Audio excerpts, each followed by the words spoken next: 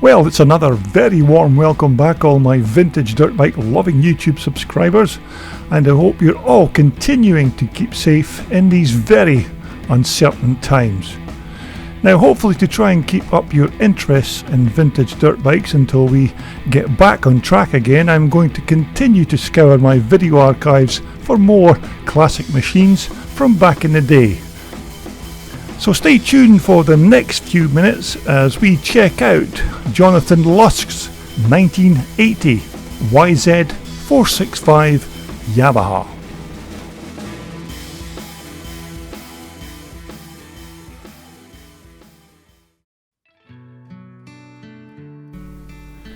Now, these few pictures and short video clips were captured at a classic event held at Bangor in Northern Ireland in 2018. And as you can see, this is Jonathan Lusk's very nice YZ465, although not 100% original from that particular year, but nevertheless a cracking example of one of these iconic Yamaha YZ machines. Now, you do see many of these YZs around with some in yellow while others are decked out in white livery. This is mainly because the yellow versions of these YZs were normally sold in the USA and internationally, while these white versions were mainly for sale in the UK and Europe. Although in 1980 Yamaha certainly hit the sweet spot with this bike, and many still consider it to be the best of the YZ Yamaha big bore bikes. But possibly the most famous of all the YZ465s was the bike that was ridden by Marty Motes in the 1980 500 US Grand Prix, where he rode a basically stock YZ465 bike and completely left the rest of the field for dead. Now, the YZ465 had an 85mm bore and a stroke of 82mm and had a steel sleeved cylinder liner. Now, fuel was fed through a 6-petal reed valve, and this 465 could swallow gas at an alarming rate when it was worked hard. But Yamaha ticked all the boxes with this engine, and the YZ's power band was smooth and progressive, and if you were a club rider on one of these Yamahas back in the day, the whole bike was a decent package and a user-friendly machine, even for amateurs. But mind you, if you were serious about getting results and wanted more from your machine, then you really couldn't do much better than sling your leg over one of these YZs, because when you wanted to go quick, these YZs were happy to oblige. But once these motors got into their sweet spot, which was around the mid-range mark, the afterburners were lit and it was work factor 10 all the way. Now, if my memory serves me correctly, these YZ465 put out about, I think it was about 43 horsepower, which of course wasn't as much as the big 490 Michael or that arm-ripping 495 KTM, who were putting out about 50 horsepower at the time. Now, I think the forks on these YZs were 40mm Kayabas, and in terms of their performance, these were excellent suspension systems for the 1980s and had just short of 12 inches of travel. Now, these 465 Yamahas had the revolutionary Motocross suspension system, which was based on Belgian engineer Lucien Tilkens' design. Now, Tilkens had actually originally offered this system to Suzuki, who turned him down on advice from a certain rider called Roger De Costa.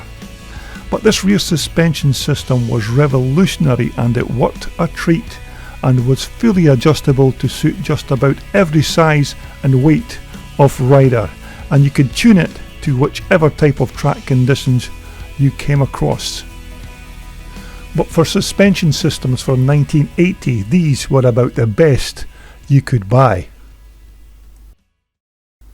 Now this particular machine doesn't have its original exhaust system from when the bike was new, and it's been replaced with this better quality PFR racing pipe from Pro Form Racing. Now many of these replacement aftermarket expansion chambers, it has to be said, are actually an improvement and a decent upgrade over the original pipe, and these are not just fitted to improve the aesthetic looks of the bike, but actually do make a slight improvement over the standard factory fitted item. Now this alloy rear tailpipe is another PFR part and looks just perfect fitted to this YZ465 machine. Now it looks like our particular rider has made a few changes to his airbox by drilling more holes in the side of the airbox to allow more air to enter the filter, although naturally the downside of that scenario is that by drilling airways to let more air in, you also allow moisture and other foreign bodies to also enter the air filter, which is not a good scenario. Now this particular example is, as I said, not a fully original bike from 1980 because it does have many non-original parts fitted, but overall it's still kept its original look from way back in 1980. But as I mentioned earlier, many of the parts replaced on these bikes are not to make the bike nicer looking, but just to make the bike a more better and user-friendly machine to use on the racetrack. But in terms of top-class machines from 1980, these YZ465s were just about as good a bike as you could get for motocross in that particular year. Now our owner has changed the wheels, of course, to a pair of these Tagasago XL rims in black, of course. But these 465s were and still are fantastic race bikes. They're still hugely popular with the vintage classic racing fraternity, and when one of these come up for sale, they fetch good money and are normally sold very quickly.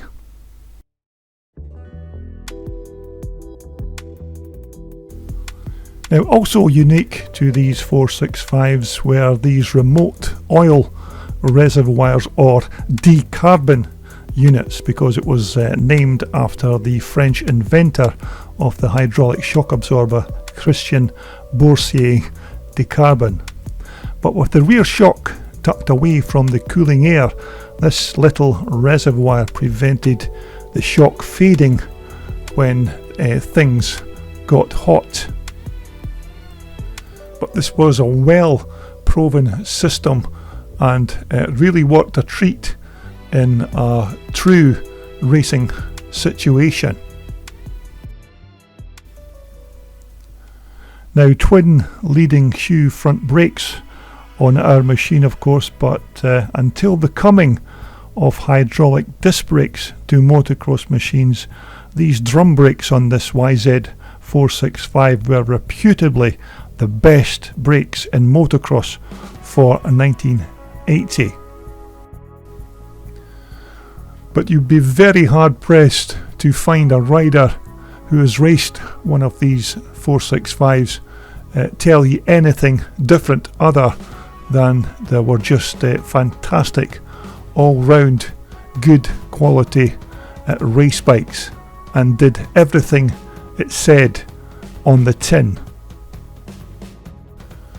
Now here's our rider, Jonathan Lusk, enjoying his 1980 YZ465 at that particular race meeting at Bangor in Northern Ireland a couple of years ago.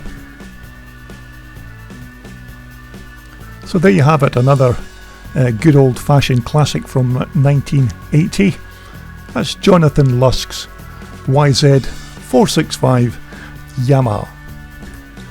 Okay, I hope you'll continue to subscribe to my channel. We have some very nice bikes lined up for future postings here on my channel. So until the next time, please be safe, and we will soon be back on our bikes doing what we do best, and that is, of course, riding old dirt bikes. This video was brought to you in association with VMX Magazine, your #1 publication for classic, vintage and off-road motorcycles. Just visit their online website for more information.